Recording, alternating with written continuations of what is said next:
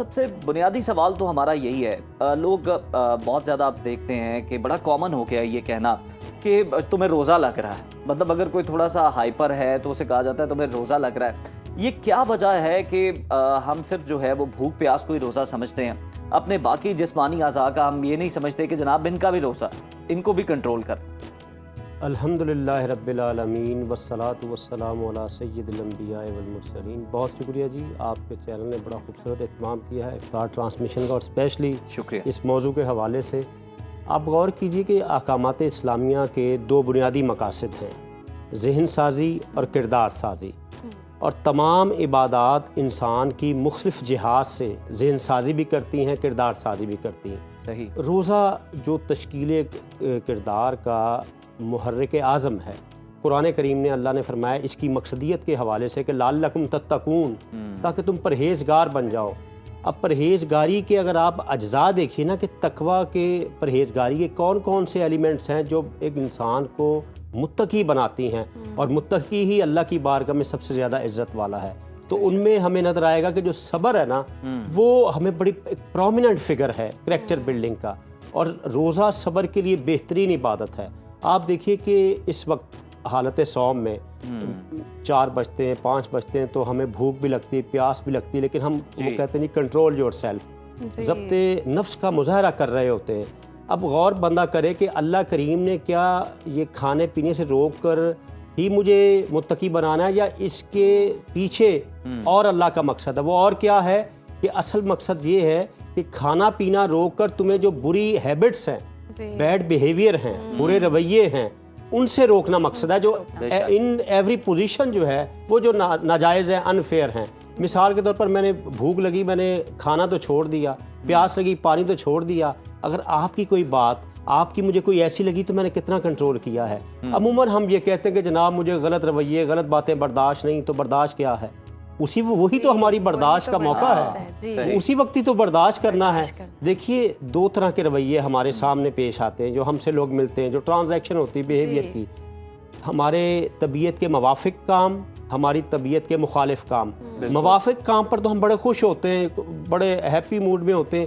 جب مخالف کام ہوتے ہیں تو ہماری طبیعت میں اس کو اعراض کرنے کا، اگنور کرنے کی سینس کتنی ہے؟ تو روزہ اس سینس کو ڈیولپ کرتا ہے کہ آپ اپنے آپ پر کنٹرول کیجئے، دوسروں کے اچھے رویوں پر تعریف کیجئے، بروں پر اگنور بھی کیجئے، اور صبر بھی کیجئے۔ کہ کنٹرول کرنا ہے اور صبر کرنا ہے، پر یہ کرنا کیسے ہے؟ کیونکہ ہم رمضان میں دیکھتے ہیں، جیسے ہم ڈسکس بھی کر رہے ہیں کہ شہر صبر کا نام دیا گیا ہے، لیکن جب افطار کا وقت ہوتا ہے اور چند ہی لمحات رہ جاتے ہیں تو ٹریفک بھی جیم ہو جاتی ہے، لوگ الجھ رہے ہوتے ہیں ایک دوسرے سے، روڈ پر دیکھیں اگر کوئی چیز خرید رہے ہیں تو بڑی بحث و مباحثہ ہوتا ہے۔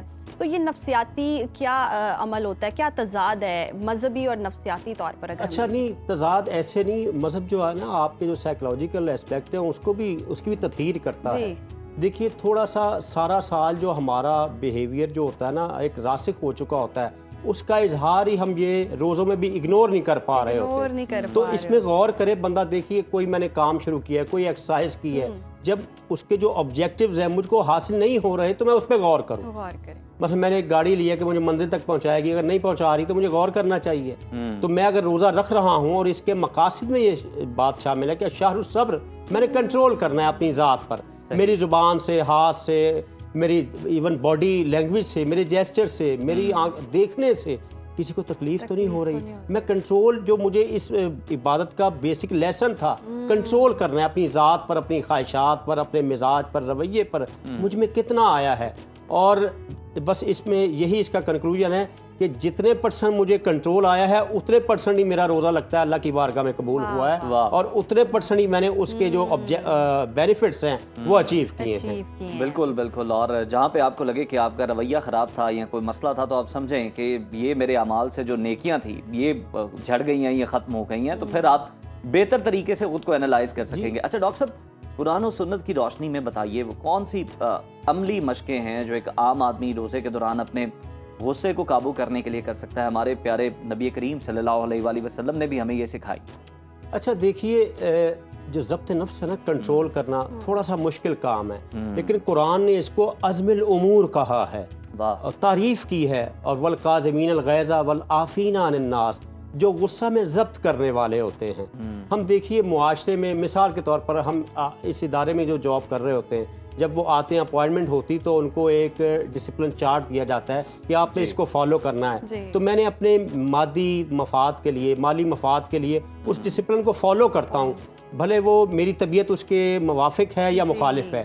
تو ایسی جو خدائی ڈسپلن ہے وہ روزہ ہے, میں اس کو کتنا فالو کر رہا ہوں. اگر میں حقیقت میں فالو کروں, یقین کیجئے اس کے فوائد میری ذات کو بھی ہوں گے, دوسروں کو بھی ہوں گے. یہ جو جملے ہیں ان کو کتنا ڈسکریج کرنے کی ضرورت ہے. جس طرح آپ نے بھی مینشن کیا کہ میں غلط بات نہیں برداشت کرتا, میں غلط چیز نہیں سنتا, یا پھر دوسری طرف ہم دیکھتے ہیں کہ میرے دل میں جو ہوتا ہے میں وہ کہہ دیتا ہوں, میں بس رکتا نہیں ہوں, میری زبان پہ وہ آ جاتی ہے. ہر سچ بولنے کے لیے نہیں ہوتا.